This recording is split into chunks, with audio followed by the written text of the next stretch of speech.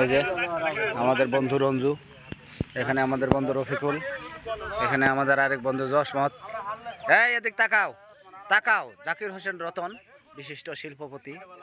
এই যে আমাদের মনির সরকার, তারপরে হচ্ছে যে আমাদের আবু সাইদ, এই যে আমাদের আরেক বন্ধু, তারপরে হচ্ছে এই যে আমাদের বন্ধু সুফিয়ান, এই যে আমাদের ইলিয়াস বন্ধু, এই যে আমাদের কালাম বন্ধু, এই যে আমার বন্ধু শাহজাহান, এই যে আমার আরেক বন্ধু জিয়াউল, এই যে আব্দুর রহিম সিঙ্গাপুর ফেরত।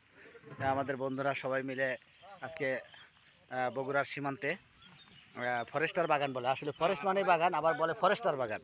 এই যে আমাদের আরেক বন্ধু, ছোটবেলার বন্ধু, তার গাবলা ছাড়া পেট ভরে না, বিশিষ্ট বিশিষ্ট রাঁধুনি, বাবুর্চি এবং বিশিষ্ট খাতক।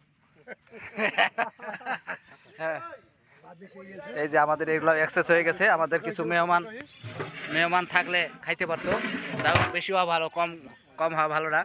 তো আজকের আয়োজন কেমন লাগলো বন্ধু ইলিয়াস, তুমি কিছু বলো। ভালো, কেমন? ভালো, সবচেয়ে ভালো। আচ্ছা, সবচেয়ে ভালো। আর এরকম আয়োজন আর হওয়া দরকার আছে নাকি? আয়োজন করা আমার সিঙ্গাপুর ফেরত বন্ধু আব্দুর রহিম, বিশিষ্ট ভদ্র ছেলে। আজকের আয়োজন সম্পর্কে তোমার মতামত কি? সবচেয়ে ভালো এভাবে হলে প্রতি বছরই ভালো হয়। প্রতি বছর না প্রত্যেক ঈদে? একবার করে হলে ভালো হয়। আচ্ছা, আলহামদুলিল্লাহ, তাহলে হবে ইনশাআল্লাহ। তা ঠিক আছে, আমরা আজকে খাওয়া দাওয়া পর্ব এখানে আমরা শেষ করলাম বন্ধুদের সাথে।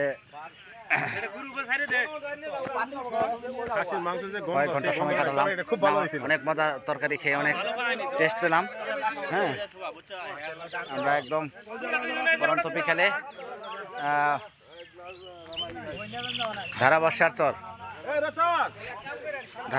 চর, এখানে বিশাল সরকারি বাগান, একদম কক্সবাজারের দৃশ্যের মতোই, মিনি কক্সবাজার, বিশাল বাগান।